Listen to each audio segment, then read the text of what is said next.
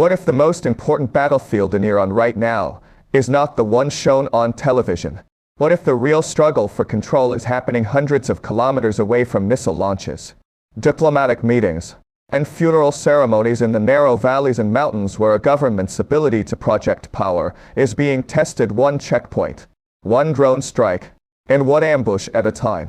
Because while the world watches Tehran attempt to display continuity and strength, something else is unfolding along Iran's western frontier, a battle that does not look like a traditional war. No invading army crossing a border, no massive tank formations moving across open terrain, no declaration of conflict. Instead, small groups move through difficult mountains. Security forces respond with artillery and drones. Opposition factions coordinate attacks. The government answers with strikes beyond its own borders. And the question is not simply who wins the next firefight. The deeper question is, what happens when a state built around controlling every internal threat discovers that some threats can no longer be contained the way they once were? The hero of this story is not a person. It is not a weapon. It is a place. The Zagros Mountains, a massive natural barrier stretching across western Iran, Iraq, and Turkey. For centuries, these mountains have shaped the politics of the region. They have protected communities from outside powers. They have created hidden routes for fighters. And they have repeatedly challenged governments that believed military force alone could control geography. On a satellite image, the Zagros Range appears as a wall of rugged terrain, cutting across the Middle East. But from the ground, it becomes something else. A battlefield. A maze of valleys, ridgelines, villages, and isolated roads where technology and geography collide. And this is exactly why the Iranian government is facing a problem that cannot be solved simply by sending more soldiers. Because the mountains are not just where the fighting happens. The mountains are part of the strategy itself. For decades, Iran's internal security model relied on a simple assumption. The center controls the edges. Tehran controls the provinces. The military controls the borders. And ethnic minority regions, particularly Kurdish areas in the northwest, remain a security challenge, but never a challenge large enough to threaten the system itself. That assumption shaped everything. Iran invested heavily in conventional military power, missiles, air defenses, regional influence, proxy networks across the Middle East. The Islamic Revolutionary Guard Corps became one of the most powerful security organizations in the region. But here's the problem. A military designed to compete with foreign powers is not always optimized for controlling a persistent internal conflict. A missile can threaten a distant enemy. A drone can strike a target hundreds of kilometers away. But neither automatically creates control over a mountain village where local grievances have existed for generations. And that contradiction is now becoming visible. In late June and early July, clashes erupted across Iran's western Kurdish regions. Iranian state media reported casualties among security forces. Opposition groups reported their own losses. Independent monitors documented fighting involving several Kurdish factions. The details of individual engagements remain disputed. But one fact is difficult to ignore. The fighting was happening across multiple locations at the same time. Near Paran Shah, near Payvach, near other areas along the western frontier. The image viewers would see is not a conventional battlefield. It is a mountain road at night. A checkpoint under attack. A small drone moving above a ridgeline. A security unit searching through narrow terrain where every valley creates another possible direction of movement. This is not the battlefield many people imagine when they think about a country like Iran. But strategically, that is exactly what makes it important. The lesson here is that military power is not only measured by what a country can destroy, it is also measured by what it can control. And control becomes much harder when geography favors the defender. Technology becomes cheaper, and political grievances survive across generations. But the story becomes more complicated, because these Kurdish groups are not a single unified army. They are separate organizations with different histories, different goals, and different relationships with outside actors. The Democratic Party of Iranian Kurdistan has existed since the mid-20th century. Komalay has decades of political and military history. The Kurdistan Free Life Party, known as PJAK, has operated for years in the mountainous border regions. Other smaller factions have appeared, disappeared, and reorganized over time. The mistake many outsiders make is assuming this is one simple uprising. It is not. It is a collection of movements operating in the same strategic environment. And that distinction matters, because a unified rebellion has one leadership structure. A fragmented insurgency creates something different. A problem that can appear in many places at once. A problem that forces a government to spend attention everywhere. The part most people miss is that insurgencies do not always need to defeat a stronger military. Sometimes their goal is simply to make the stronger military spend more resources than it wants to spend. Each checkpoint requires guards. A mountain road requires patrols. A border requires surveillance. Every additional threat creates another demand on the state. And that creates the first major contradiction of this story. Iran has one of the most capable security structures in the Middle East. But here's the problem. Capability does not always equal freedom of action. A military can be powerful and still become strategically stretched. This is where the timing becomes critical. The clashes did not occur during a period of normal conditions. They happened after a major confrontation involving Iran, the United States, and Israel. A conflict that damaged parts of Iran's military infrastructure, disrupted command structures, and forced Tehran to reconsider its security priorities. Even after fighting stopped, the consequences remained. A ceasefire does not instantly rebuild military confidence. A diplomatic agreement does not instantly restore political stability. And a leadership transition does not instantly erase internal divisions. The visible story was that Iran was trying to demonstrate resilience. The hidden story was that several pressure points were emerging at the same time. This changes everything because the battlefield is no longer only physical. It becomes psychological. A government must convince its population, its opponents, and foreign observers that it remains fully in control. Every attack challenges that image. Every response attempts to restore it. That is why Iran's reaction matters as much as the attacks themselves. When Tehran responds with drone and missile strikes against opposition positions across the border in Iraqi Kurdistan, the message is not only military, it is political. The target is not just a camp. The target is perception. The government is sending a signal. The center can still reach the edges. The state is still capable of retaliation. The security system is still functioning. But here's the contradiction.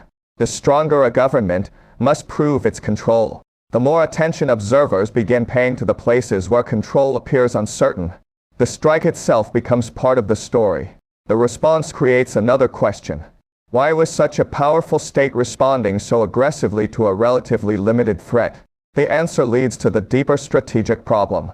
For decades, Iran has managed multiple security challenges by prioritizing. External threats received major resources.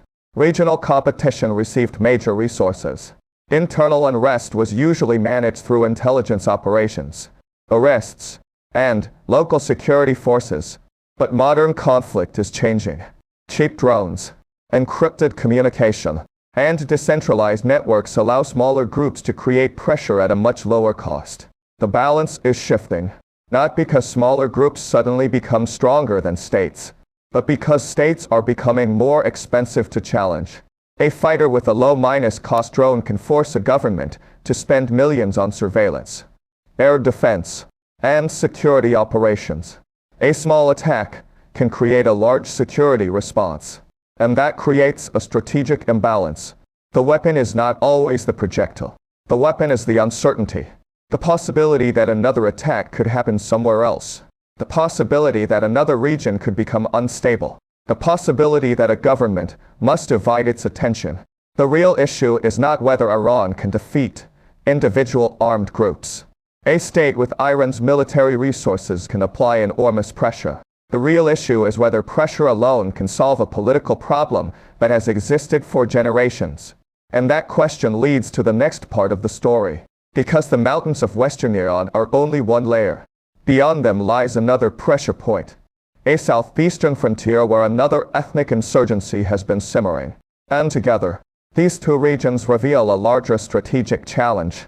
What happens when a government built to fight external enemies must suddenly manage internal conflicts on multiple fronts at the same time? Because the battlefield is expanding, and the most important battles may not be the ones producing the largest explosions. They may be the ones forcing a state to decide where it can no longer afford to look away. What if the biggest threat facing a powerful military regime is not the enemy standing outside its borders, but the number of problems it can no longer afford to ignore inside them? Because when most people look at Iran right now, they see the obvious battlefield. They see missiles. They see nuclear negotiations. They see American naval deployments. They see a funeral procession designed to show that the Islamic Republic remains unified after the death of its supreme leader. But the battlefield that matters most may not be the one shown on television. It may be the battlefield of attention. Because a government can survive losing a battle. It can survive sanctions. It can survive a military strike. But what happens when it is forced to fight too many battles at the same time? That is the question hidden underneath everything happening in Iran. The Kurdish mountains, the nuclear sites, the Persian Gulf, the leadership transition, and even the war unfolding thousands of miles away in Crimea. Different places, different enemies, different political systems, but the same strategic problem: control. Because modern warfare is no longer only about destroying weapons, it is about overwhelming a system's ability to make decisions. And that changes everything. Everyone thinks this battle is about Kurdish fighters challenging the Iranian state, but the real battle is about whether Tehran can maintain the perception of control while its resources are being pulled in multiple directions. That distinction matters, because authoritarian systems do not survive only through military power. They survive through the belief that resistance is pointless. For decades, Tehran's security model depended on a simple calculation. The center is strong. The borders are manageable. The opposition is divided. And any uprising can be isolated before it becomes contagious. But the events of 2026 are testing every part of that formula. The Kurdish factions are not necessarily threatening to overthrow Tehran tomorrow. That is not the strategic issue. The strategic issue is that they are demonstrating something much more dangerous. They are demonstrating that the Iranian state may not have unlimited freedom to choose where it fights. And that is the invisible battlefield. Look at a satellite image of western Iran. The Zagros mountains cut across the landscape like a natural fortress. Steep ridgelines, deep valleys, remote villages, terrain that has frustrated conventional armies for centuries. A tank column can dominate a highway. A fighter aircraft can strike a target. A missile can destroy a building. But none of those automatically create control over mountains. This is why geography remains one of the oldest weapons in warfare. Technology changes. Weapons evolve. But terrain still decides who can move, who can hide, and who can survive. The lesson here is simple. A military force does not control territory because it can enter it. It controls territory because it can remain there. And remaining there requires something far more expensive than firepower. It requires intelligence, logistics, local cooperation, political legitimacy, the very things insurgencies attempt to attack. But here's the problem. The Iranian government understands this better than almost anyone.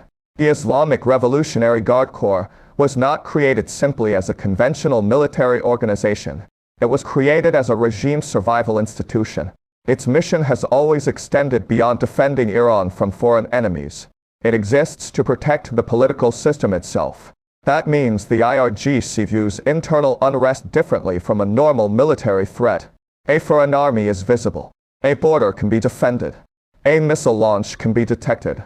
But an internal movement spreading through frustration, identity, and political anger is much harder to defeat. Because the enemy is not only armed fighters. The enemy is the idea that the state is weaker than it appears. And perception is where modern authoritarian conflicts are often decided.